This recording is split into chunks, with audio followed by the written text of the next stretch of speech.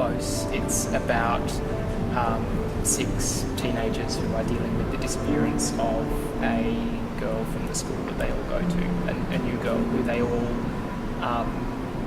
know a little bit to greater or lesser extents, and they're basically trying to sort out how they should feel about this girl's disappearance, whether they had some culpability towards it, whether they actually knew her at all, to what extent they knew her, were they actually close to her. So it's kind of them sorting out that, and it's gradually revealed what happened to the girl and why she disappeared, and about them coming to terms with that, I guess. And so, how long ago did you start working on it? I started writing this in 2009, and I wrote a kind of a first draft of it fairly quickly. So I had a first draft sort of probably in 2009, and then it's been sort of refined over a very long period.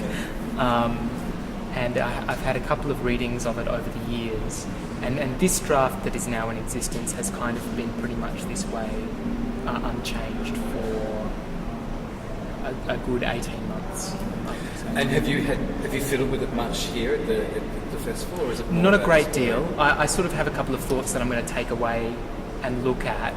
I've just done some very minor alterations, but I don't know, I kind of become cautious about it because it is a play that essentially I wrote 4 years ago, and so I'm kind of cautious about changing too much about it because it's not the play I would write today. Yeah. So I kind of go, well, if I did kind of really muck in, would I actually disturb what was interesting about it in the first place, and kind of break the integrity of the piece in some way?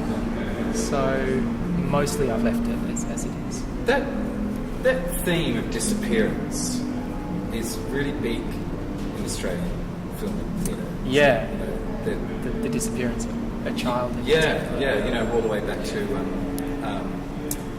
Babes in the Wood. Babes in the Wood, yeah. But back to that, but yes, Picnic at Hanging Rock, and I mean, even like, you know, in sort of popular culture, the Chamberlain case, the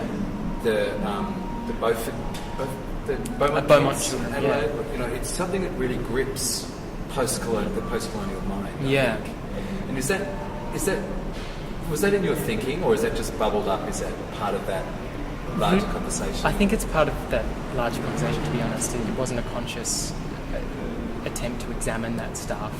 I mean, it is a line that kind of runs through my own work, and I'm sort of aware of it, but it wasn't sort of a conscious attempt to engage with that particular thing. Yeah. And so just tell us briefly about your experience here at the festival. How's it been? Well, I flew in yesterday morning. Wow, so very fast. Yes, so I got on a plane at 6 o'clock in Sydney and turned up after a 5-hour flight at 8 a.m. in Perth. So, you know, the first experience of getting here was just realigning myself to time. And then we just have read and worked on the play for a day and a half. And really, because the play's been in a fairly finished state, like I know some of the other plays here are being kind of written as they go and are in much earlier stages of development, but because it's been a fairly complete script, it's mostly been focusing on actually kind of the sort of presentation of the work and interrogating how it might live in a space in a day and a half. So it's been good. It's been really nice to kind of see it up on the floor and to hear it. And I haven't heard it for a very long time, so it's nice to hear it and for it to be actually fresh. And it's really nice not to feel precious about it as the writer, that it's kind of gone past that point where I worry about every little thing, and actually it feels really good for it to be in the hands of other people.